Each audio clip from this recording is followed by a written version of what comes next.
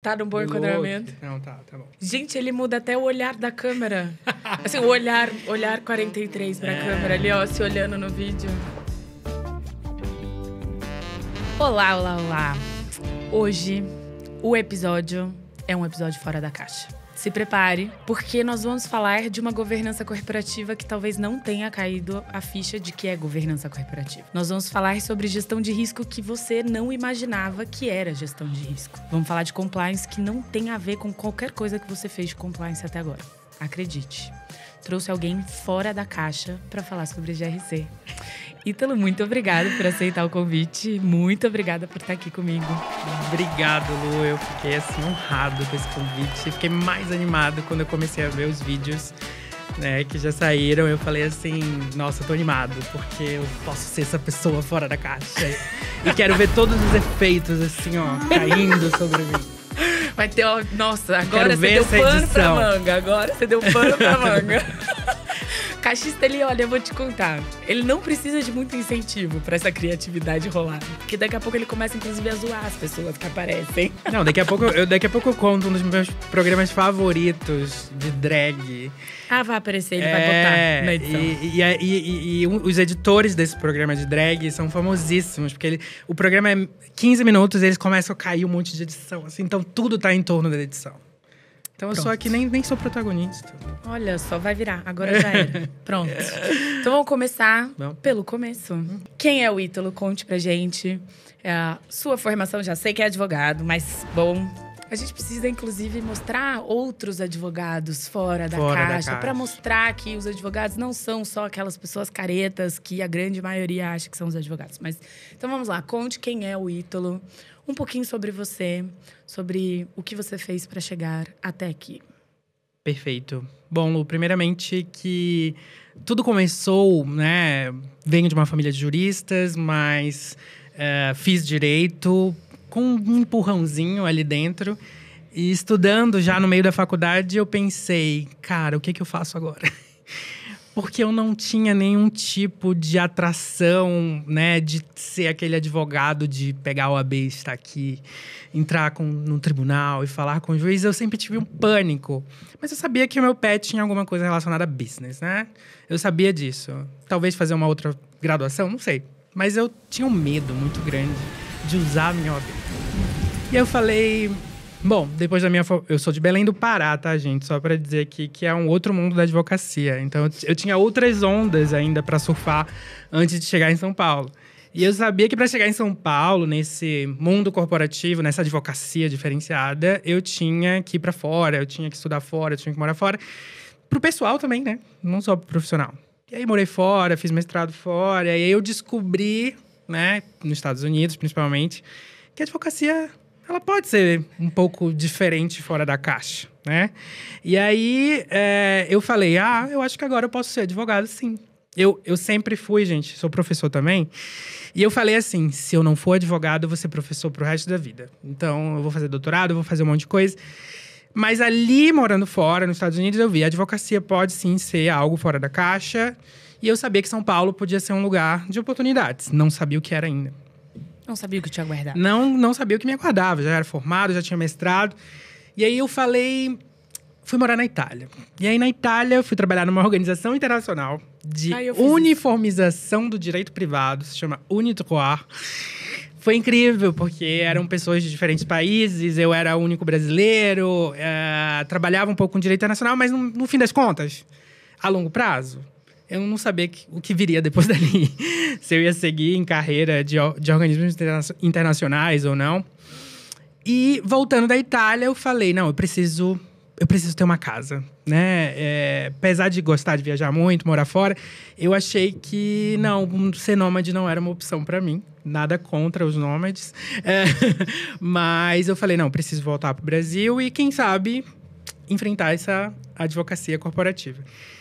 E aí eu apliquei para uma vaga de arbitragem internacional num escritório de Big Law, né? Um dos maiores aqui do Brasil.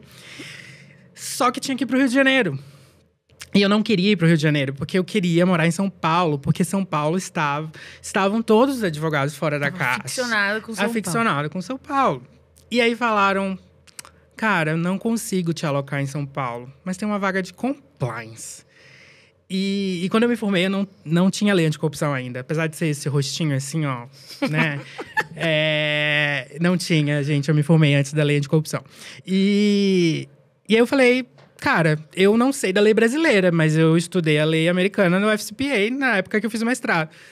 Fiz a entrevista, entrei de paraquedas na época de Lava Jato, naquela grande escola anticorrupção, que não era o que eu entendo hoje de GRC e nada do que eu faço hoje era isso aqui, mas foi a grande escola de muitas pessoas e foi ali que eu comecei. Mas aquilo a longo prazo, né? As investigações já estavam rolando, eram grandes casos. Eu falei, eu tô um pouco saturado, eu quero ir pro preventivo, eu quero ir pra consultoria. E aí eu fui pro escritório que eu tô hoje, que é o escritório médio porte, e ali eu fui entender o que é o programa de compliance, que é toda a parte de GRC e preventivo e todos os pilares. E ali que eu comecei a minha trajetória de fato para chegar até onde eu estou hoje, né? Mas essa trajetória foi rápida. E acabou que dentro, né, do escritório que eu estou hoje, em 4 anos eu virei sócio. Eu fui de junho a sócio em 4 anos. Ah, Ítalo, por quê? Por que será? Eu acho que são várias questões, mas o principal eu era o único advogado ali que estava pensando fora da caixa para aquele departamento, né? Eu via que tinha muita coisa engessada e o plano de carreira era um pouco estranho e pessoas entravam e saíam. Eu falei, eu vou ficar aqui. Não, mas eu vou ficar. Mas eu vou fazer algo diferente. E aí eu comecei a reformatar a equipe do zero, depois que pessoas saíram. E aí eu comecei a criar uma área de compliance, mas também pensar em outras áreas, né? Em outras sub-áreas, em começar a fazer cross-selling, começar a aproveitar o que tinha ali dentro daquele escritório de uma forma diferente. E foi isso que acabou me levando para esse outro lugar.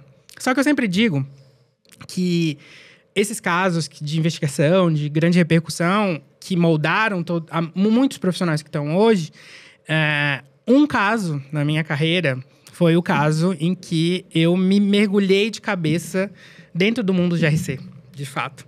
E não foi um caso de corrupção. Olha, tá vendo? Todo mundo acha que trabalhar com compliance é atuar com corrupção, né? Todo mundo fica na cabeça assim, né? Ah, compliance é corrupção. Os maiores... Você trabalhou com caso de corrupção, Lógico. mas o que te marcou mais não era corrupção. Não foi. Conta o que era. Esse caso foi de uma grande empresa aberta que teve um desastre natural, né? De uma queda de uma barragem. E ali foi um grande aprendizado para mim, porque eu tinha que saber a causa do desastre, né? A gente formou um grupo ali de advogados para saber a causa do desastre, e especialistas técnicos, geotécnicos, e eu tinha que ajudar eles a descobrir a causa do desastre. Mas o principal ponto é quem foi responsável, quem é o dono, né? Não é responsável pelo crime, mas quem é o dono do risco. Era a principal pergunta do começo ao fim de todos os relatórios que saíram desse caso, não só do meu escritório, mas de comitês e estudos estrangeiros que saíram depois. E ali foi meu aprendizado. Tudo que eu sei de GRC foi ali que tudo começou. Então, esse caso, para mim, foi muito emblemático, porque foi quando eu literalmente mergulhei, que eu imaginava, né, que empresas de porte tão grande teriam, que até constituem ali um organograma gigantesco de GRC, uma área gigantesca de GRC, pudesse ser capaz de prever situações como essa, como outras tragédias. E ali eu percebi que eu tinha que dar uma aula para a própria área de GRC da empresa, né? Para a gente conseguir juntos saber qual era a causa, quem era o responsável. E quando eu descobri que ninguém sabia no contexto quem era o dono de determinados riscos dentro da empresa, tanto primeira linha, segunda linha, aquilo ali me assustou. Porque até então nem eu estava tão por dentro de tudo que estava sendo discutido ali e nem eles que estavam dentro da empresa há tanto tempo. Então aquilo me marcou muito, esse caso me marcou muito, não foi um caso de corrupção, mas foi o caso que mais eu aprendi. Olha só. Assuntos que você atuou aí na sua trajetória, né? Você contou, você hoje dá aula também. A gente normalmente fica na cabeça, quando a gente fala em governança corporativa, a gente pensa políticas, processos, controles, aquela base que vai sustentar a organização para que os processos rodem do jeito que, né, eles deveriam rodar. que para você é uma governança corporativa fora da caixa, nos casos que você já atuou? O que você viu que antes, nunca tinha pensado que isso era governança e que você pode trazer de exemplo pra gente? Bom, eu vou dar até aqui eu esqueci de falar aqui da minha formação, que sem querer que tem a ver com o caso, né, que eu vou comentar agora, é que eu também tenho uma área de Fashion Law, Direito da Moda, né? E por eu ter essa trajetória no compliance e GRC, é lógico que o que eu, dentro da indústria da moda, é o que é a minha bandeira principal, né? Então, só para explicar, fazer um parêntese aqui, gente, né? O que seria esse direito da moda? Não é nenhum direito diferente, tá? Basicamente, existe uma indústria da moda e essa indústria tem demandas e eu preciso de advogados que entendam todos os meus riscos e toda a complexidade dessa cadeia produtiva, que é totalmente diversa. Então, se criou essa ideia de ter um advogado especialista, né, de Fashion Law. Isso, uma professora em Nova York, na Universidade de Fordham, há 8, 10 anos atrás, ela falou, acho que eu preciso criar um curso para formar advogados que conheçam o mundo da moda. Então, não é uma área do direito diferente, não tem uma lei específica que trata sobre isso, mas é o advogado que venda todas as áreas do direito e consiga atender a demanda dessa indústria tão complexa. Porque até então, os advogados que atendiam eram um criminalista muito bom que vai atender essa indústria, mas ele não entendia da indústria. Mas vem cá, me fala uma coisa, é complexo. Qual é a complexidade? Porque, assim, em teoria, vou pegar o outro caso da mineradora que você citou. O universo da mineradora também é extremamente complexo. Acho que se a gente for conversar com donos de empresa, todos eles vão falar, né? O meu negócio também é complexo. Não o meu que é complexo. E por aí vai, né? Agora, a complexidade do universo da moda vem exatamente do quê? Da cadeia produtiva. Então, mesmo que se a gente compare a cadeia produtiva da moda com a mineração, a cadeia produtiva da moda é muito maior. Então, vou dar o exemplo da calça jeans que eu estou usando, né? Então, se a gente for destrinchar tudo que tem aqui, a gente está falando de mais ou menos 30 fornecedores diferentes para cada tipo de material dessa calça jeans. Então, aí a gente, do GRC aqui, começa a pensar em due diligence de terceiros e como rastrear, fazer a rastreabilidade dessa cadeia produtiva é algo interminável. Se a gente quiser continuar falando de blockchain, a gente vai embora. E pensando numa lógica de, inclusive, você ter um overview, um monitoramento adequado de toda essa cadeia produtiva, pensando numa lógica também de ESG, o custo, o tempo, o nível de informação que você tem que ter, como é que você faz essa gestão? É muito complexo. E aí a gente pode trazer um case Zara, que é muito básico. Quem já abriu o aplicativo da Zara aqui para comprar uma roupa, eles colocam ali, o algodão veio de tal lugar, mas eles não conseguem por completo colocar tudo de onde veio, né? Eles focam muito no algodão, eles focam muito em um material específico, mas é a Zara, né? Olha a tecnologia, olha as grandes tecnologias que eles usam e olha o potencial de dinheiro que eles usam.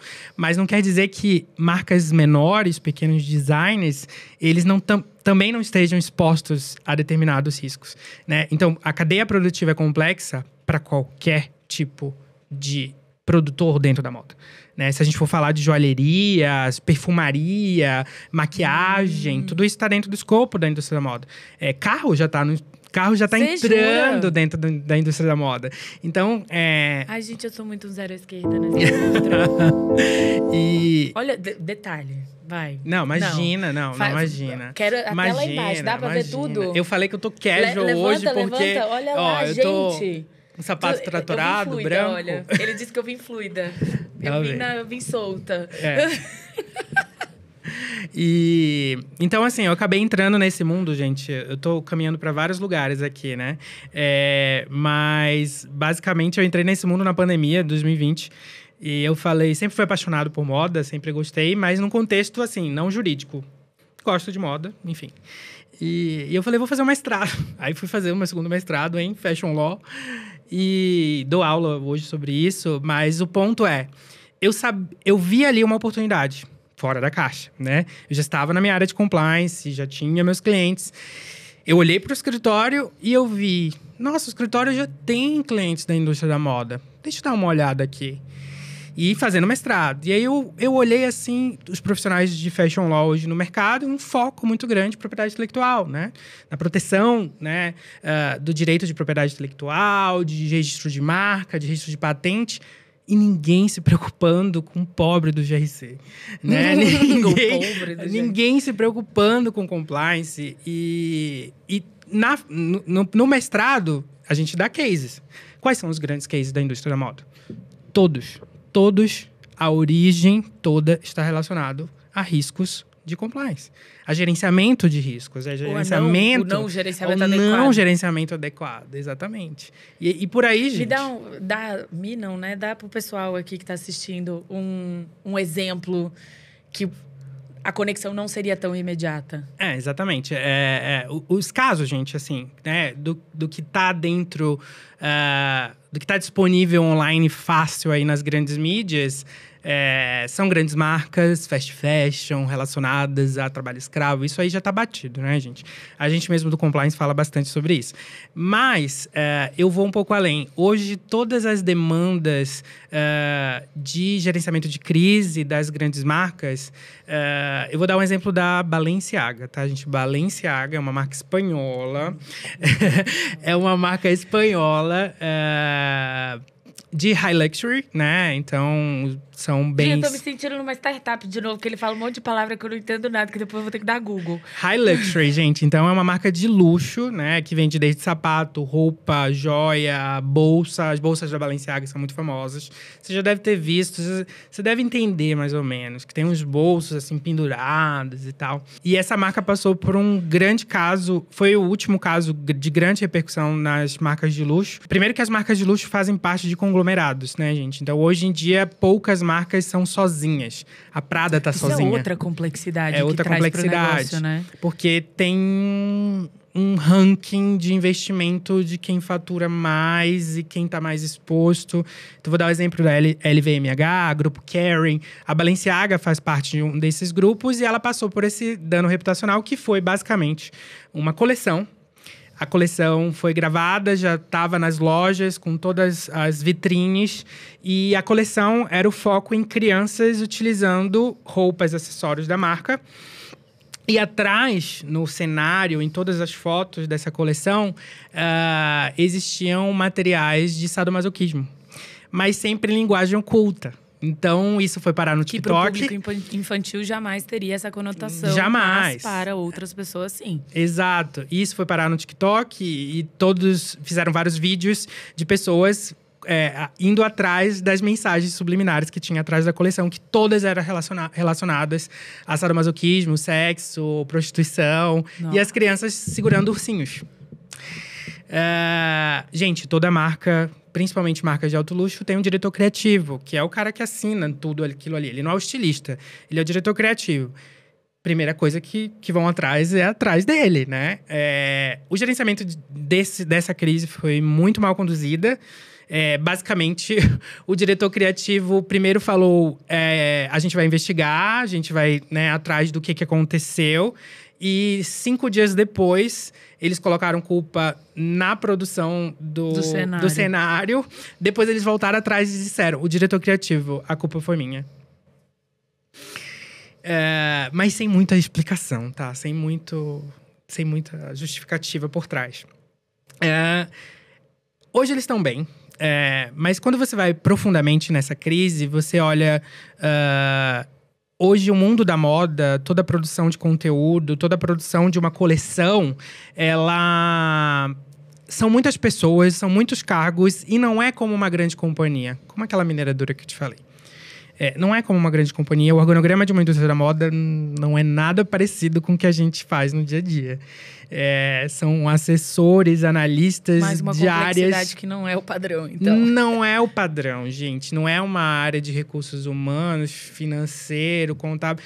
É um outro tipo de criadores. Então, é uma indústria com muitos criadores e que nunca passaram pelo mundo corporativo, mas que tomam decisões importantes, como desse caso.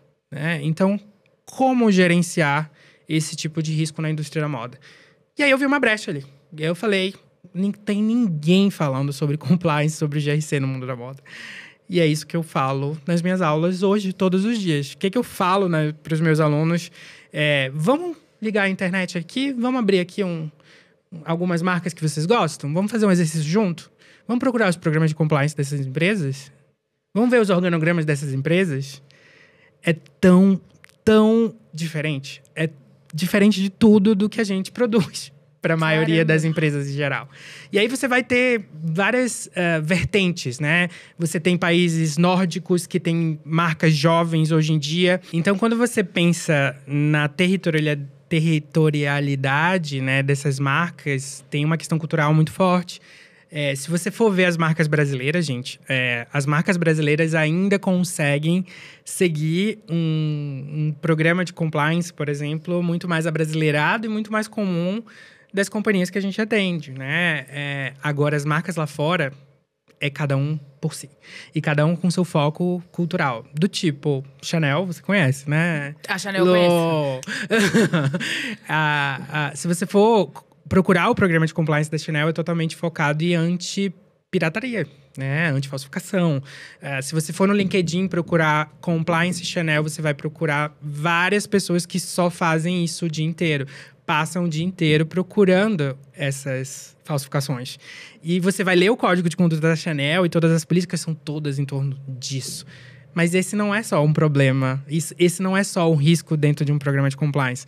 E aí, se a gente for seguir isso para um outro episódio, a gente vai falar sobre haute couture, que é a produção de luxo, né, de marca de luxo mais artesanal possível. A Chanel, ela tem a Chanel da loja do shopping e tem a Chanel Haute Couture, que são as roupas feitas à mão por 80 costureiras com 300 horas.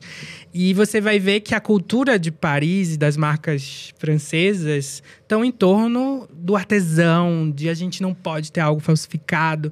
Então, por isso que o programa de compliance, todo o gerenciamento de risco dele, tem um foco disso. Mas se a gente for para os países nórdicos que eu estava falando, que são as marcas mais jovens, são marcas ecossustentáveis, são marcas que investem em ESG, o programa de compliance deles totalmente mais global e pensando na sustentabilidade. Então, eu vejo que o mundo da moda tem esses gaps, oportunidades, que foi aí que eu criei essa área e falei, eu acho que eu posso aplicar o meu GRC fora da caixa dentro desse contexto. De onde surgiu esse interesse assim tão específico? Porque acho que você tem que concordar que, até mesmo pelo que você está falando, não tem tanta gente falando sobre fashion law.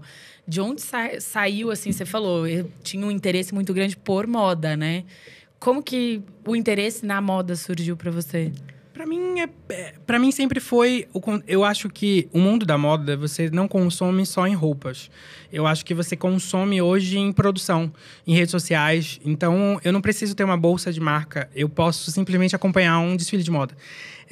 E quando você começa a assistir os desfiles que tem no YouTube, por exemplo, você começa a assistir os documentários de moda, né? O backstage de toda a produção, os filmes que tem. A gente tem muitos filmes hoje considerando a história do mundo da moda. Se eu for considerar, por exemplo, eu falei da Chanel, eu falei da Dior. A história de Paris sitiada após a Segunda Guerra Mundial é totalmente focada no mundo da moda, gente. A gente pode seguir aqui a conversa, assim, super... tem muitas vertentes em torno de história que estão ligadas à moda. Então, eu digo, você consumir, você entender sobre moda não é só vestimenta. Você pode consumir o conteúdo de moda. Então, eu sempre fui essa pessoa. Primeiro, eu consumi conteúdo. E aí, depois, eu fui começando, né, a me vestir, a criar esse estilo próprio. Eu acho que morar fora foi um ponto que realmente... É ali que a gente passa a ter um contato maior, né? Então, gente, eu sou de Belém do Pará, como eu falei, né? Lá não tem esse contexto de ter esse... Hoje, eu já acho que as marcas já estão indo mais, assim. Eu não tinha Zara até um ano atrás, gente, em Belém. Então, assim, sair de lá, morar fora, morar na Europa... Eu acho que a Europa está muito mais próximo desse contexto, ver como as pessoas se vestem, passar na frente das lojas e consumir isso sem comprar, mas estar ali, foi ali que me aguçou essa paixão, né? Mas essa paixão sempre foi pessoal, nunca quis monetizar isso. Entendi. Sempre foi pessoal, né? E aí veio essa ideia. E você falou que, né, deu o exemplo da Chanel e o foco específico em propriedade intelectual. Tem outras empresas, outras marcas grandes, famosas, ou outras nem tanto, que vão ter focos específicos. É um segmento, é um ecossistema ali da moda que tem uma cabeça mais aberta. Já é uma... imagino eu que as empresas também vão refletir um pouco do que é o mercado, né? De trazer coisas que são não tradicionais, trazer coisas que são inovadoras, de estarem abertas ao diferente. Mas a gente vê muito no que é o compliance. Vou voltar aqui para dentro da caixa do compliance tradicional, né? De a gente vê muito uma preocupação de riscos que não são de corrupção, por exemplo, com questões comportamentais, Sim. com questões de discriminação, como que ou de assédio, como são esses temas dentro do mundo da moda? Existe também espaço para essa discussão? Existe discriminação no mundo da moda? Total. E aí a gente vai para um outro mundo, gente. O mundo da moda, os meus clientes podem ser influencers, né? Vocês sabem que influencer, um contrato com influencer hoje tem contratos milionários aí por 10 segundos, né, gente? Eu vou ser assim, dia. Então, o influencer, ele é um cliente do Fashion Law porque ele lida com contratos com a indústria da moda, que são contratos de alto vulto e tem riscos ali envolvidos. Então, você está falando de preconceito, discriminação ou assédio moral. Bom, isso existe, tanto no mundo da passarela, né, dos modelos. Aí eu vou trazer outros cases aqui que vocês devem imaginar, para quem conhece, Victoria's Secret.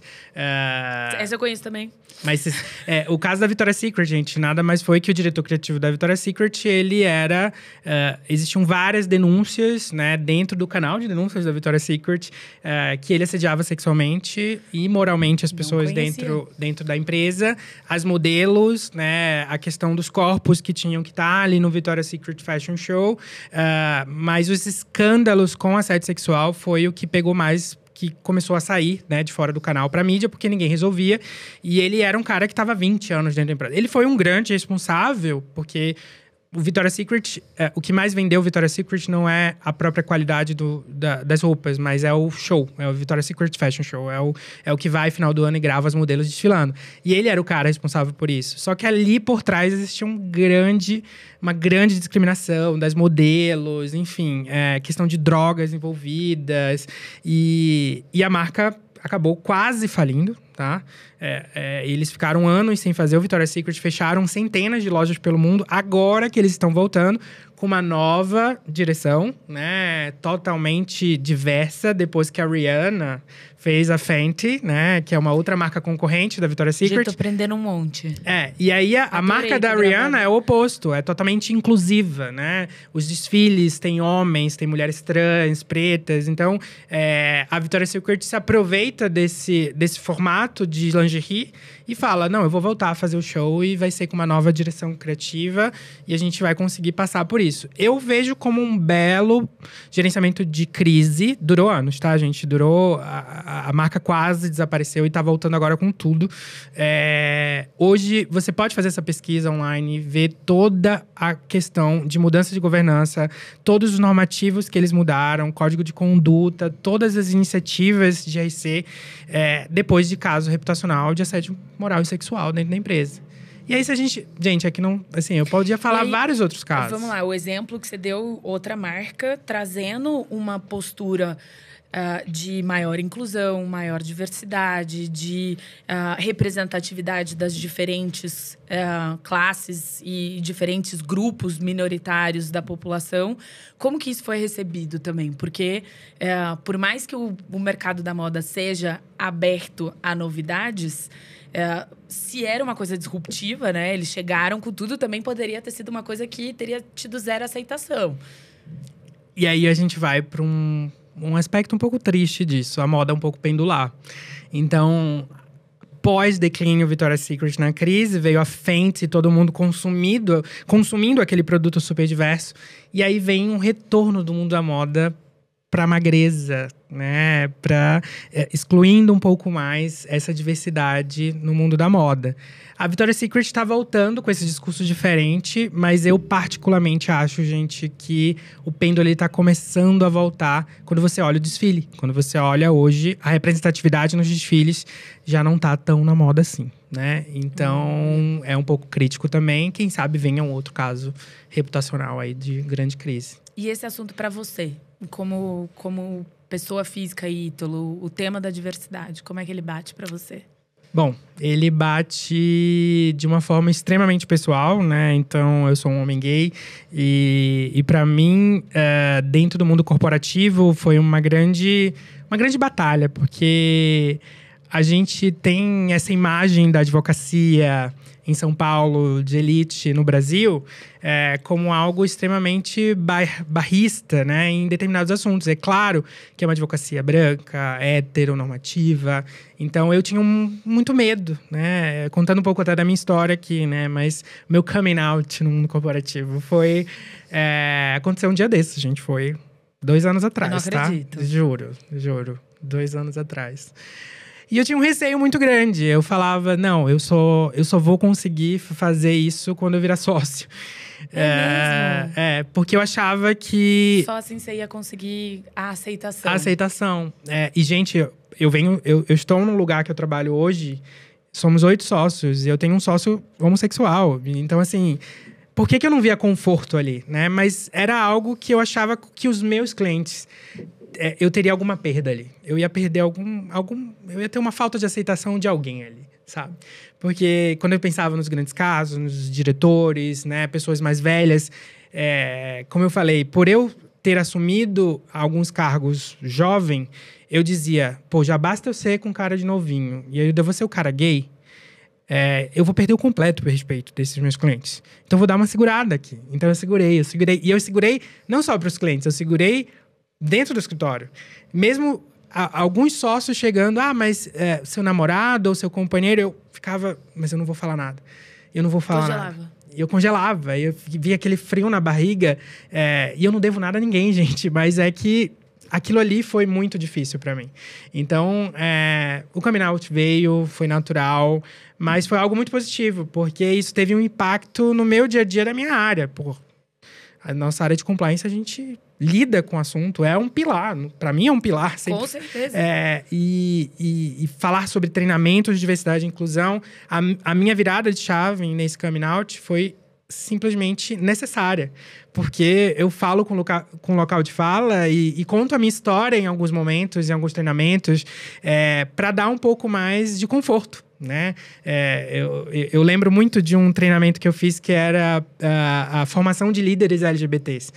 E exatamente o painel era conte a sua história de coming out. Então, para mim, aquele momento foi… E você contou a sua? E eu contei um pouco mais… Nossa, saiu do Ítalo que tinha um medo de não ter uma aceitação dentro do escritório para um Ítalo que foi contar a história num evento de um cliente. Exatamente. E ali foi o momento que me deu mais força para começar a abrir para o cliente. Porque foi ali que o escritório colocou… Ítalo conduz evento de formação de líderes LGBTs e aquilo ali para mim foi o reforço positivo que você foi o reforço positivo. E eu lembro muito daquele dia, porque eu lembro que um advogado da minha equipe, que é homossexual, ele me acompanhou nessa viagem, foi até em Curitiba, e ele estava sentado ali na frente e ele começou a chorar. E aí eu lembro de ficar muito emocionado, assim, né? Porque depois ele veio conversar comigo e ele falou… Eu posso ter muitas políticas de inclusão no escritório, mas a maior política de inclusão para mim é você estar onde você está. Então, você sendo meu chefe, isso para mim já basta. Então, para mim, foi uma recompensa muito grande. Então, sou muito feliz onde eu estou hoje, mais livre, né? Sendo essa pessoa no mundo corporativo, advogado, mais livre, né? Sou uma pessoa mais livre e esse pilar é um pilar que está no nosso dia a dia e a gente tem que lutar por eles de uma maneira mais livre. Ai, gente, embargou a voz.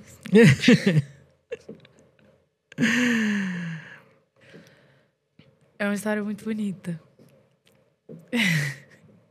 Eu espero que outras pessoas se identifiquem.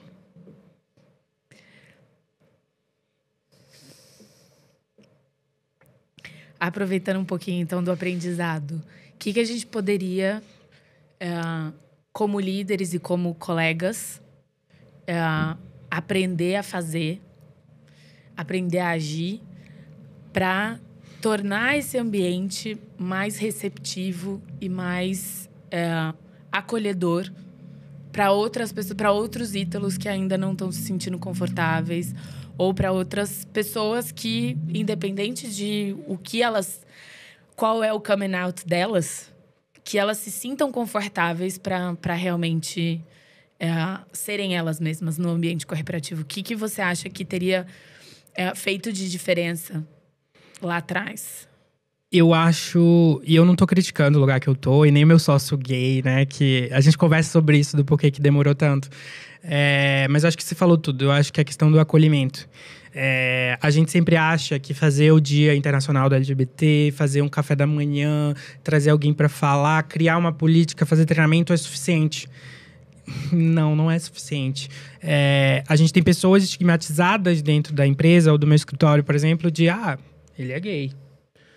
Mas será que ele tá confortável de dizer que ele é gay? Para algumas pessoas, o coming out nem precisa. Algumas gerações não precisam, né? Eu venho de uma Acho que outra... a geração mais nova hoje não tá nem precisa. Eu preciso falar que eu sou hétero. Se eu não preciso falar que eu sou hétero, eu não preciso falar que eu sou homo. Então... Só que tem pessoas que sofrem com esse processo do coming out 30 a mais, 40 a mais. E eu nunca esqueço de uma história que eu escutei de um CEO da Volvo. Ou não, acho que foi da Volvo do Brasil, não me recordo. Mas basicamente ele falou... juntou toda a empresa, ele é homossexual, e ele falou...